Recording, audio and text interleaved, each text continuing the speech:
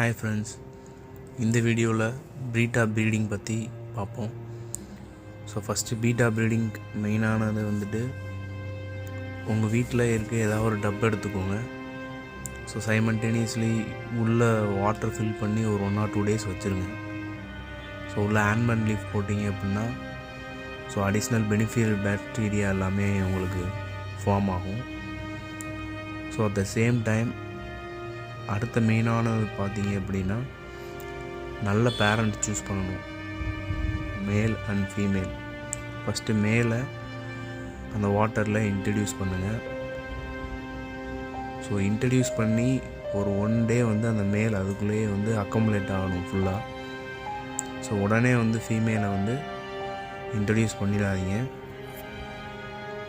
So next step பார்த்தீங்க அப்படின்னா ஃபீமேலை ஒரு கிளாஸ் பாட்டிலில் வச்சு அதை வந்து உள்ள ஒரு 1 or 2 days வந்து அந்த மேல் வந்து அதை பார்க்குற மாதிரி வைங்க.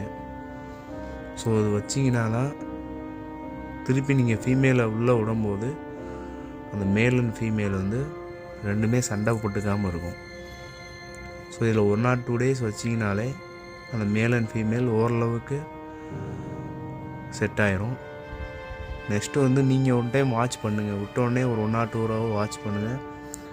மேல் வந்து ஃபீமேலை ரொம்ப அட்டாக் பண்ணிடாமல், இல்லை ஃபீமேல் வந்து மேலே அட்டாக் பண்ணி இறந்துரும், மேல் ஃபீமேல் அட்டாக் பண்ணி இறந்துரும். அதனால் நீங்களும் கொஞ்சம் ஃபுல் அண்ட் ஃபுல் வாட்ச் பண்ணிங்க.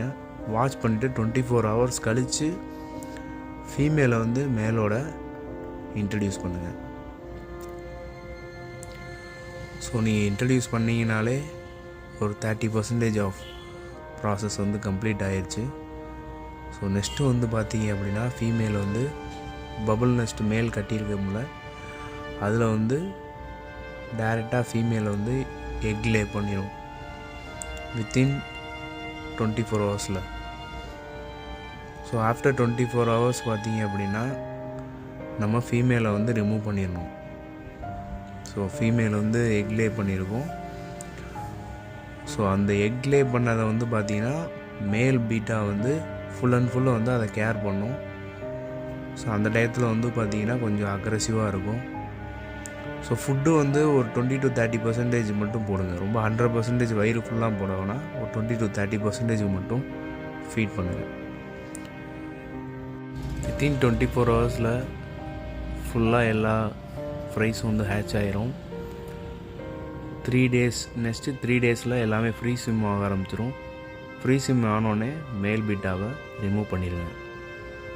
ஸோ ஃப்ரீ ஸ்விம் ஆனதுக்கப்புறம் இந்த மாதிரி தான் இருக்கும், நல்லா பார்த்துக்கோங்க.